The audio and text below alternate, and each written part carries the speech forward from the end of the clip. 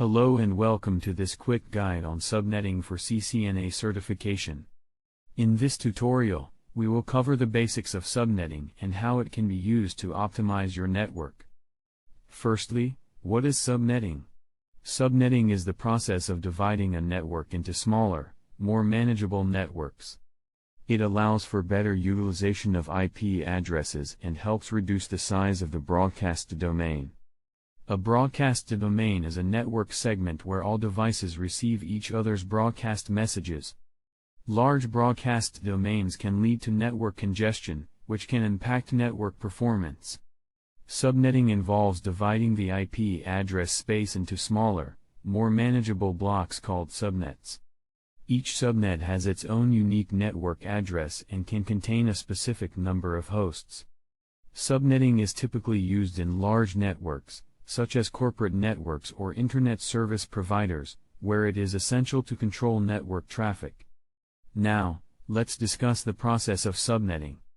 Subnetting involves dividing the IP address space into multiple subnets. This is done by using subnet masks, which are used to identify the network and host portions of an IP address. The subnet mask is a 32-bit number that consists of ones and zeros. The ones indicate the network portion of the IP address, while the zeros indicate the host portion. For example, let's say we have the IP address 192.168.1.024. The /24 indicates that the first 24 bits are used for the network portion of the IP address, leaving the remaining 8 bits for the host portion. The subnet mask for this network is 255.255.255.0, which indicates that the first 3 octets are used for the network portion of the IP address, and the last octet is used for the host portion.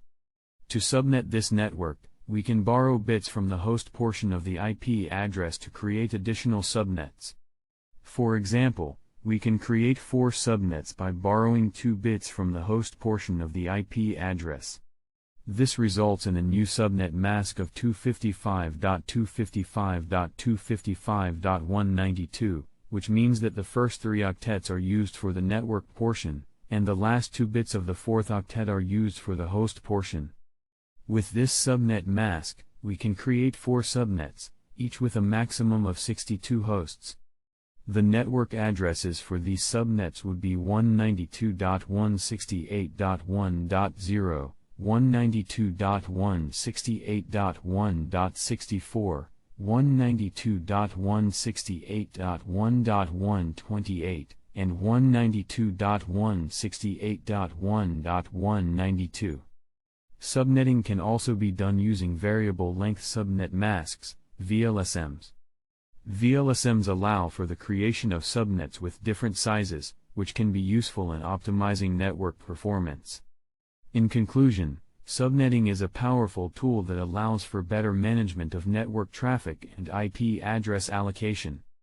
It allows for the creation of smaller, more manageable networks and reduces the size of broadcast domains. By understanding the basics of subnetting, you can optimize your network and achieve better performance. Thank you for watching, and I hope this tutorial has been helpful.